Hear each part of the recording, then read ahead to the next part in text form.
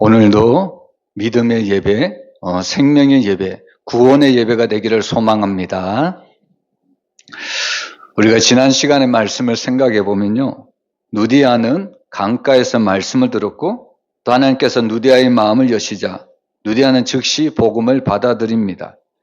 그리고 놀랍게도 어느 누디아는 자신의 집을 열어서 그 집이 바로 빌립보 교회의 시작이 되는 장면을 우리가 보았습니다. 한 사람의 열린 마음이 바로 한 도시의 복음이 시작이 되는 너무나도 아름다운 장면을 우리가 지난주에 나누었습니다. 근데 오늘 말씀은 정반대의 내용입니다. 귀신 들린 요정 하나를 사도 바울이 고쳐줌으로 오히려 고난당하는 사도 바울의 모습을 우리에게 보여주고 있는 내용입니다. 사실 오늘 우리가 지난주에 누디아의 가정이 복음을 듣고 그 가정이 빌립보 교회의 기초가 되었던 것, 너무나도 은혜로운 장면을 보았죠? 근데 오늘 또한 본문의 말씀은 그런 은혜로운 장면이 아니라 복음을 전했는데 어떻게 보면 핍박받고 고난받는 하나님의 사도의 모습을 우리에게 말씀하고 있습니다. 사실 우리의 신앙도요, 바로 이 두 가지 장면 속에 우리가 있습니다. 어떤 날은 우리도 누디아처럼 은혜를 경험하며 살아갈 때가 있습니다. 근데 어떤 날은 바울과 실라처럼 이해되지 않는 고난 속에 우리가 삶을 살아갈 때도 있다는 말씀입니다. 그래서 오늘 우리는 말씀을 통해서 바로 누디아의 집에서 시작된 복음이 감옥까지 내려가는 이 이야기를 통해서 하나님께서 우리에게 주시고자 하는 참된 신앙이 무엇인지 우리가 한번 살펴보기를 원합니다. 첫 번째로 보면 복음이라는 것은 드러나야 할 것을 드러내는 능력임을 우리가 알 수가 있습니다. 사실 사람들마다 자랑하는 것도 있지만요, 사람들마다 남이 알아서는 안 되는 것들, 비밀을 자기 속에 감춰두는 사람들도 있습니다. 우리 16절 말씀을 보면 함께 읽어보겠습니다. 우리가 기도하는 곳에 가다가 점치는 귀신 들린 요정 하나를 만나니 점으로 그 주인들에게 큰 이익을 주는 자라. 오늘 기도하러 가던 이 바울 일행 앞에 바로 점을 치는 한 여종이 등장하고 있습니다. 이 여종이 어떤 여인인가 성경은 분명히 밝히는데요. 바로 점치는 귀신에 사로잡혀 있었고 그로 인해 사람들의 미래를 말해주고 그리고 또한 그 여종의 주인들에게 바로 물질의 큰 이익을 가져다 주는 자를 오늘 사도 바울은 만났다고 소개를 하고 있습니다. 여러분 헬라어를 보면요. 이 귀신을 푸뉴마 피토나 이러다 표현하거든요. 푸뉴마 피토나. 이것은 우리가 아는 단순한 귀신이 아니라 당시 헬라 세계에서 신탄과 연결된 영적 존재를 이야기하고 있습니다. 쉽게 얘기하면 이 여종은요, 바로 신의 계시를 전달하는 신의 대리자라고 이 당시 사람들은 믿었다는 말씀입니다. 여러분 사람들의 눈에는 바로 이 여종이 매우 신비롭고 진짜 능력 있는 존재처럼 보였다는 이야기입니다. 많은 사람들이 쇠해가 되고 또 어떤 어려움이 겪으며 무당을 찾아가는 경우가 있습니다.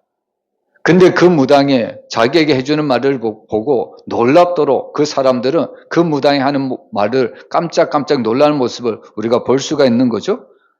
이 무당이 가진 능력이 마치 진짜 능력인처럼 사람들은 이 무당을 보고 그렇게 믿을 때가 많습니다.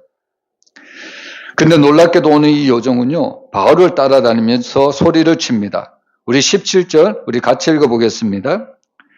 그가 바울과 우리를 따라와 소리 질러 이르되 이 사람들은 지극히 높은 하나님의 종으로서 구원의 길을 너희에게 전하는 자라 하며. 여러분 이 여종이 사도 바울의 이름을 따라다닙니다. 그리고 그들이 외쳤던 말이 이 사람들은 지극히 높은 하나님의 종으로서 구원의 길을 너희에게 전하는 자다. 여러분 이 귀신 들린 여종의 말이 맞는 말일까요? 틀린 말일까요? 맞는 말입니까? 틀린 말입니까? 여러분 지금 귀신 들린 여종의 말은 정확한 말입니다. 틀린 말이 아니에요. 옳은 말입니다. 여러분 예수님도 귀신 들린 자에게 나타나셨을 때 귀신이 뭐라고 이야기합니까? 하나님의 아들이여 나를 괴롭게 하려고 이 세상에 오셨나이까? 여러분 사람들은 예수님을 하나님의 아들로 인정을 하지 않는데 오히려 귀신은 예수님이 누구신지 분명한 그 존재를 깨달았다는 말씀입니다. 그래서 세상 말이 어떤 말이 있나요? 귀신이 귀신같이 한다는 말이 있습니다. 여러분, 그렇다면 사실 오늘 우리는 이 말씀을 통해서 우리의 신앙을 다시 한번 점검해 보아야 합니다. 여러분, 영적인 존재 사단도 귀신도 예수님의 존재를 분명히 아는데 우리는 과연 예수님을 뭐라고 고백을 하고 있습니까?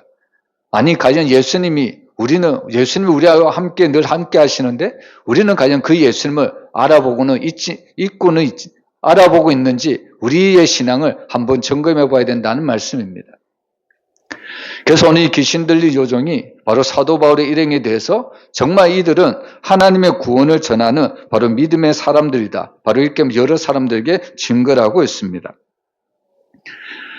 여러분, 사실 오늘 사도 바울은요, 바로 이 귀신 들린 요정이 계속해서 며칠 동안 이런 소리를 외치다 보니까 결국에 이 사도 바울은 그 귀신에게 명령을 하죠. 예수 그리스도의 이름으로 내가 내게 명하노니 그에게서 나오라고 이야기를 하고 있습니다. 그 명령을 듣고 이 귀신은 바로 그 요정에서 떠나는 장면을 우리가 보고 있습니다. 우리는 여기서 무엇을 할 수 있냐면 복음이라는 것은 단순히 좋은 말을 전하는 것이 아닙니다. 여러분, 가끔씩 저도 복음을 전하지만요, 처음에는 복음을 너무나도 좋은 말로 전할 때가 있습니다. 시작은 하나님은 당신을 사랑하십니다. 예수를 믿으면 구원받습니다. 예수를 믿어야만 천국에 들어갈 수 있습니다. 좋은 말로 시작하거든요. 근데 그 말을 거절하고 오히려 핍박하고 대적하는 말을 하는 사람들 보면 나중에는 강하게 복음을 전할 수밖에 없습니다. 예수를 믿지 않으면 당신은 천국이 아니라 지옥 백성이 될 수밖에 없다고. 여러분, 처음에는 그 사람들의 마음을 움직이기 위해서 선한 말, 좋은 말, 그 사람들에게 듣기 좋은 말을 이야기를 시작합니다. 근데 그럼에도 불구하고 그들의 마음이 강팍해져서 그 복음을 거절하려고 하면 결국에 강한 복음을 바로 외칠 수밖에 없는 겁니다. 여러분, 우리나라에 원색 복음이 있습니다. 원색 복음은 정말 단순한 복음이거든요. 우리가 과거에 이 원색 복음을 참 많이 들었는데 지금은 그 원색 복음이 잘 들려지지 않습니다. 그 원색 복음이 뭐냐면 예수 천당 불신 지옥이라는 말씀입니다. 어떻게 보면 아주 짧은 단어죠. 그런데 이 말씀 속에 복음의 가장 깊은 핵심이 들어가 있습니다. 우리가 예수를 믿는 것은 천국에 가기 위함이고요. 결국 천국을 믿지 않으면 결국 그 사람은 다른 선택지가 없습니다. 많은 사람들이 요즘 TV 드라마나 영화들이 한생에 대해서 이야기를 하다 보니까 나는 이 땅에 다시 태어나면 나는 좋은 사람이 될 거야. 더 높은 사람이 될 거야. 한상에 대한 꿈을 꾸는 사람이 있거든요. 그러나 여러분, 그것은 착각입니다. 성경은 결코 그렇게 말을 하지 않잖아요. 여러분, 우리에게는 두 가지 선택지밖에 없습니다. 천국을 갈 것이냐, 지옥을 갈 것이냐. 그리고 그 천국과 지옥을 가름길을 나누는 것이 바로 예수를 믿느냐, 예수를 불신하느냐. 바로 여기에 차이점이 있다는 겁니다.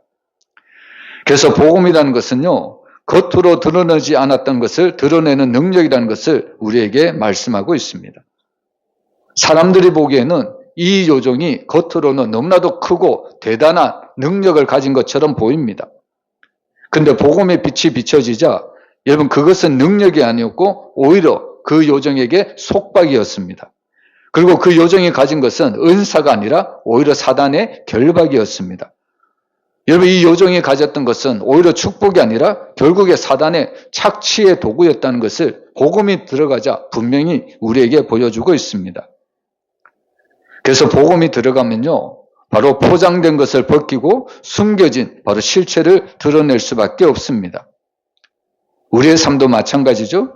겉으로 보기에는 괜찮아 보일 수 있지만 사실 속으로 보면 우리를 묶고 있는 죄의 사슬들이 너무나도 많습니다. 이런 때때로 우리가 복음을 들을 때 우리가 불편해할 수도 있죠.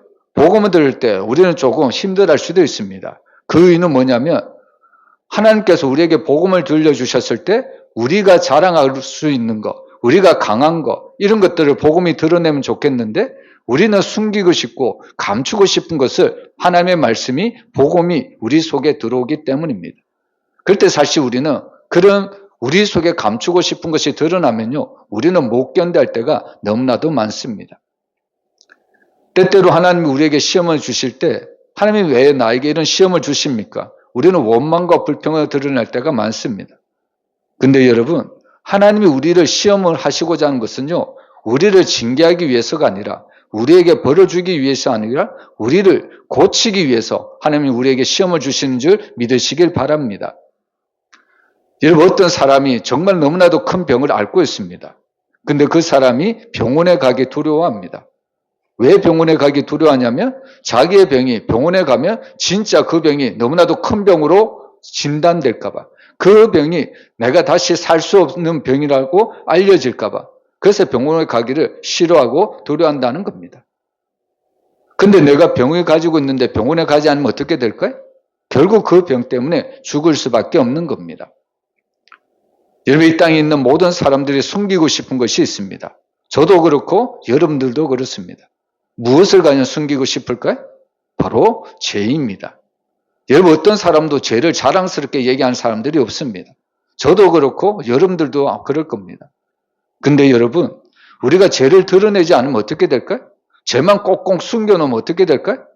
여러분, 결국에 우리는 죄를 드러내지 않고 그 죄를 숨겨두면 우리는 그 죄 때문에 죽을 수밖에 없습니다. 그래서 하나님이 왜 말씀을 통해서 우리 안에 있는 그 연약함, 그 실수, 그 죄를 드러내게 하실까요? 바로 그 죄가 드러나야만, 그 실수나 그 연약함이 드러나야만 우리가 고쳐질 수 있기 때문입니다. 여러분, 예수님께서 십자가에서 우리의 모든 죄를 드러내시고 또 우리의 모든 죄를 용서해 주셨다는 사실을 굳게 믿으시기를 주의 이름으로 축원합니다. 그래서 사실 우리의 삶을 보면요, 겉으로 보면 괜찮아 보일 수도 있지만 사실은 우리를 묶고 있는 것들이 훨씬 더 많습니다. 우리가 성공처럼 보이는 것도 때로는 우리 안에 감춰진 욕심이나 탐욕일 수도 있습니다. 그리고 우리가 보기에는 자유처럼 보이지만 오히려 그 자유가 방종이나 중독으로 이어질 수도 있습니다. 그리고 이 귀신 들린 여종처럼 사람들이 보기에는 능력이라고 여겨질 수도 있습니다. 근데 이 능력은 하나님이 주신 능력이 아니라 사단이 그 능력을 통해서 많은 사람들을 미혹해 하는 사단의 능력이라는 것을 우리가 복음을 통해서 바로 알 수가 있는 겁니다. 그래서 오늘 복음은요, 이런 사실을 그대로 내버려 두지 않습니다. 반드시 드러낸다는 이야기입니다.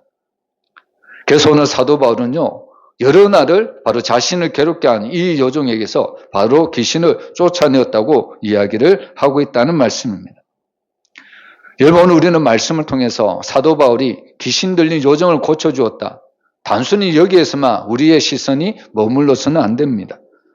여러분, 사실 이 사건은 한 사람의 인생을 묶고 있던 영적 사슬을 끊어내는 순간이고요, 그리고 이 여종을 통해서 그의 주인이 돈을 벌던 구조가 무너지는 순간임을 우리가 깨달아야 합니다. 여러분, 복음이라는 것은 개인의 영혼만을 건드리는 것이 아닙니다.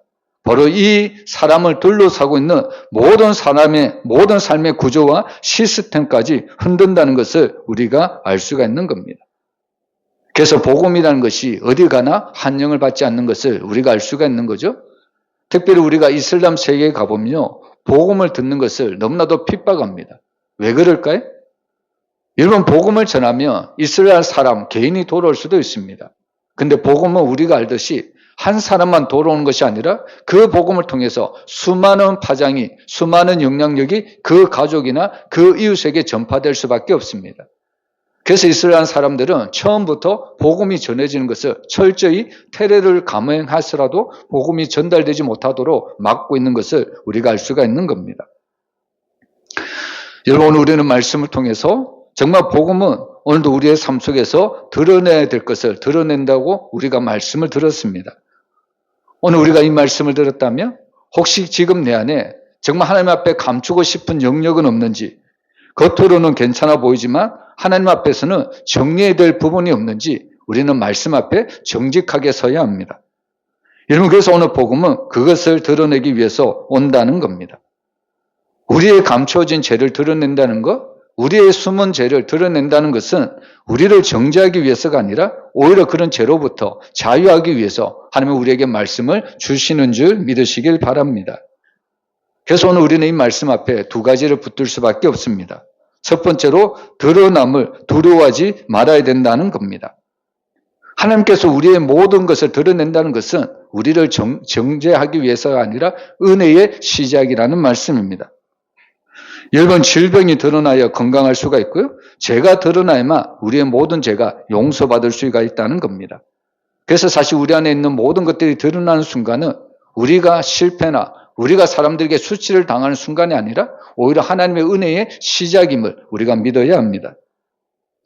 그리고 두 번째로, 여러분, 결국에 복음을 통해서 진짜와 가짜가 누구인지를 분명하게 드러날 수밖에 없습니다.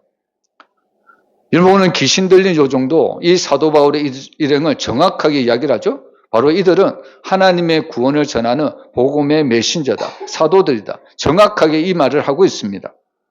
근데 중요한 것은요, 말이 맞는 것이 중요한 것이 아니라 그들이 하고 있는 말이 과연 누구로부터 왔는가가 훨씬 중요합니다. 여러분, 이 귀신 들린 요정은 지금 맞는 말을 하고 있습니다. 근데 그들이 하는 말이 지금 누구로부터 왔을까요? 하나님으로부터 왔을까요? 아니면 사단으로부터 왔을까요? 여러분, 이 요정은 지금 맞는 말 하고 있지만 이들이 하는 모든 말의 근원은 하나님이 아니라 귀신이라는 사실입니다. 그래서 오늘 우리가 세상을 살아갈 때 모든 말을 들을 때 과연 이 말이 누구로부터 왔는가? 바로 이것을 우리가 분별할 수 있는 능력이 있어야 된다는 말씀입니다. 그래서 오늘 우리는 복음을 통해서 우리 안에 숨기고 싶은 것들, 또 연약한 것들, 실패했던 모든 순간들도 우리가 가감없이 하나님 앞에 쏟아놓을 때 하나님께서 우리의 모든 연약함을 강함으로 바꾸어 주시는 줄 믿으시길 바랍니다. 그리고 두 번째로, 복음은 세상의 이익을 건드릴 때 핍박을 받는다는 것을 알 수가 있습니다. 여러분, 복음은 어디 가면 어디서나 환영을 받는 것이 아닙니다. 우리가 복음을 전하다 보면 어떤 사람은 복음을 잘 받고 어떤 사람은 복음을 핍박할 때가 많습니다. 근데 복음을 잘 받는 사람을 보면요, 그들이 믿는 사람이기 때문에 복음을 잘 받는 것이 아닙니다. 전혀 예수를 믿지 않는데도 불구하고 오히려는 절에 열심히 다니는데도 불구하고 예수를 믿으며 복을 받습니다. 이런 말을 하면 참 많이 그 말을 받아들이는 것을 볼 수 있습니다. 근데 어떨 때 사람들이 이 복음을 거절하고 복음을 핍박할까요? 바로 자기의 이익에 대해서 복음이 건드릴 때, 앞에서도 얘기했지만 당신은 예수를 믿지 않으면 천국이 아니라 지옥에 간다면, 자기의 이익을 건드릴 때 사람들은 오히려 이 복음을 거절하고 핍박을 한다는 말씀입니다. 우리 19절 말씀 우리 한번 같이 읽어보겠습니다. 요정의 주인들은 자기 수익에 소망이 끊어진 것을 보고 바울과 실라를 붙잡아 장토로 관리들에게 끌어갔다가, 여기 보면 복음을 들은 많은 사람들이 있습니다. 근데 그 사람들이, 복음을 들은 사람들이 사도 바울의 이름을 핍박합니다. 그 핍박하는 내용을 뭐냐면 요정의 주인들이 자기 수익에 소망이 끊어진 것을 보고 바로 이 사도 바울이 핍박을 하고 있다고 분명히 이야기하고 있습니다. 여러분, 여기서 문제는 사도 바울이 복음을 전한 것이 문제가 아닙니다. 단순한 종교가 문제가 아니고 질서가 문제가 아닙니다. 바로 오늘 우리가 알듯이 바로 이들이 문제 삼고 있는 것은 그들이 가지고 있던 이익이었습니다. 여러분, 이 요정은 한 사람의 인격이기 이전에 바로 주인들에게 돈을 벌어주는 수단이었습니다. 근데 복음이 들어오자 어떻게 될까요? 이 귀신 들린 요정은 자유를 얻었습니다. 근데 반대로 주인은 돈을 잃게 되었습니다. 여러분, 바로 이 지점에서 복음이 세상과 정면적으로 충돌할 수밖에 없습니다. 그래서 복음이라는 것은 단순히 우리의 마음을 위로하는 메시지 정도가 아닙니다. 여러분, 복음은요, 우리의 삶을 뒤흔들 수 있고요, 때로는 우리가 붙잡고 있던 것들을 내려놓게 만들 수도 있습니다. 특히 그것이 이익과 연결될 때 사람들은 복음을 영접하는 것이 아니라 거부하기 시작합니다. 그래서 자기의 이익이 끊어진 줄 알고 이 요정의 주인들이 바로 바울과 실라를 붙잡아 장토로 끌고 가고 있습니다. 그리고 관리들에게 이렇게 이야기하죠. 이 사람들이 유대인인데 우리 성을 심히 요란하게 한다. 바로 이 제목으로 바로 관리들에게 끌고 갔다는 겁니다. 그러면 주인들이 한 이 말이 과연 사실일까요? 이 사람들이 유대인인데 우리 성을 심히 요란하게 한다. 여러분, 이 주인들이 한 말이 옳은 말일까요? 아니면 거짓말일까요? 여러분, 겉으로는 옳은 말 같이 보여도 사실 이 말은 진짜 옳은 말이 아닙니다. 여러분, 사실 이 유대인 사도 바울의 일행들은요, 도시를 어지럽힌 것이 아니라 한 사람을 자유롭게 했을 뿐입니다. 근데 이 주인들은 진짜 이유를 말하지 않죠? 우리가 돈을 잃었다고 말을 하지 않고 이들이 질서를 깨트린다. 단지 이렇게 이야기하고 있습니다. 이것이 바로 세상이 복음을 대하는 태도입니다. 여러분, 세상은 진짜 이유는 숨기고요. 겉으로는 그럴듯한 명분을 내세우고 있습니다. 그래서 복음이 불편한 이유는요. 내 삶의 중심을 건드리기 때문입니다. 근데 문제는 복음이 내 삶의 중심을 건드리는데 사람들은 그것을 인정하지 않으려고 합니다. 쉽게 얘기하면 하나님이 나의 왕으로 인정을 해야 되는데 여전히 사람들은 그것을 거절하고 내가 내 인생의 왕이다. 이렇게 생각하고 살아가기 원하고 있다는 겁니다. 결국에 주인들에게 이 사도 바울이 관리들에게 끌려갑니다. 그 결과가 어떻게 되었을까요? 바로 그들은 바울과 실라를 공격하고 관리들은 그들의 옷을 찢고 매로 치라고 명령을 하고 있습니다. 이러면 충분한 조사도 없고 변론의 기회도 없습니다. 여러분, 우리나라 법정에도요, 우리가 어떤 그 변호사를 선임할 돈이 없으면 국선 변호사라도 되어주어서 바로 그 사람의 억울함을 풀어주려고 노력을 하고 있습니다. 그런데 오늘 이 관리들은 바로 이 주인들의 말만 듣고서 사도 바울의 어떤 변명, 어떤 이야기도 듣지 않고 그냥 돌로 치고 매를 치고 있다는 겁니다. 그리고 바울과 실라는 많은 매를 맞은 후에 깊은 감옥에 던져지고 발에는 착고가 차이는 그런 현상이 나타나고 있습니다. 우리는 여기서 알 수 있는 것이 여러분, 복음이라는 것이 항상 우리에게 유익만 가져다 주지 않는다는 겁니다. 복음이라는 것은 때로는 세상에서 손해를 가져다 줄 수도 있고 또 우리가 맺고 있는 관계도 흔들릴 수 있고 때로는 우리의 삶을 불편하게 만들 수도 있습니다. 세상적으로 보면 그렇다는 겁니다. 근데 오히려 우리가 성경적으로 보면 오히려 우리가 말씀 때문에 복음 때문에 고난을 당하고 핍박을 당한다는 것은 하나님의 역사가 우리를 통해서 일어난다고 있는 증거라는 것을 우리가 알 수가 있는 겁니다. 여러분, 복음은 오늘도 여전히 우리에게 이익을 말하고 있습니다. 근데 사실 복음 때문에 겪는 손해는 결코 손해가 아닙니다. 여러분, 물론 우리가 복음 때문에 손해를 얻을 수 있지만 우리는 그 손해가 아니라 우리는 더 큰 것을 얻을 수 있습니다. 무엇을 얻을 수 있을까요? 우리는 복음 때문에 세상에서 이익을 잃어버릴 수도 있고 손해볼 수도 있지만 우리는 오히려 그것을 통해서 영생이라는 더 큰 선물을 받는 줄 믿으시길 바랍니다. 그래서 우리는 오히려 이 땅에서 담대히 우리는 세상에 주는 모든 유익을 거절할 줄 아는 그런 믿음이 있어야 된다는 이야기입니다. 그래서 오늘 우리는 말씀을 통해서 복음이 때로는 우리가 세상의 이익을 말할 때 그 세상의 이익 때문에 내가 핍박받고 고난을 당한다고 할지라도 오히려 그것을 통해서 하나님이 더 큰 일을 행한다는 사실을 우리가 믿고 날마다 우리는 복음을 담대히 증거해야 돼 믿음의 사람들이 되어야 될 줄로 믿습니다. 그래서 마지막으로 볼 것은 신앙이라는 것은 가장 어두운 자리에서 하나님을 선택하는 것임을 알 수가 있습니다. 우리 25절 우리 한번 같이 읽어보겠습니다. 한밤중에 바울과 실라가 기도하고 하나님을 찬송하며 제수들이 듣더라. 여러분, 과연 우리 같으면 이렇게 할 수 있을까요? 여러분, 만약에 우리가 죄를 짓고 감옥에 들어갔다면 우리는 마땅히 죄를 지었기 때문에 벌을 받는 것이 마땅하다. 우리는 그런 생각을 할 수가 있겠죠? 근데 오늘 본문에 나오는 바울과 실라는 여러분, 그들이 죄를 지어서 감옥에 갇힌 것이 아닙니다. 오히려 감옥에 갇힌 이유가 있다면 복음 때문이라는 겁니다. 여러분, 어떻게 보면 세상에 이런 억울한 일을 당한 사람이 바로 바울과 실라입니다. 오늘 새벽에도 우리가 말을 나누었지만 여러분, 하루에 열심히 일을 하고 밤이 되면 사람들은 단잠을 자야 합니다. 근데 단잠을 자지 못하는 이유가 뭘까요? 저는 대부분 두 가지 이유 때문에 단잠을 자지 못한다고 생각합니다. 첫 번째는 하루의 일이 너무나도 고단했기 때문에 오히려 잠을 못 자는 경우가 있습니다. 그리고 두 번째로 하루에 일어났던 일들을 생각해 보면 나는 잘못한 것이 하나도 없는데 어떤 억울한 일, 오해를 받으며 그 일 때문에 생각하면서 밤에 잠을 못 자는 경우가 훨씬 많습니다.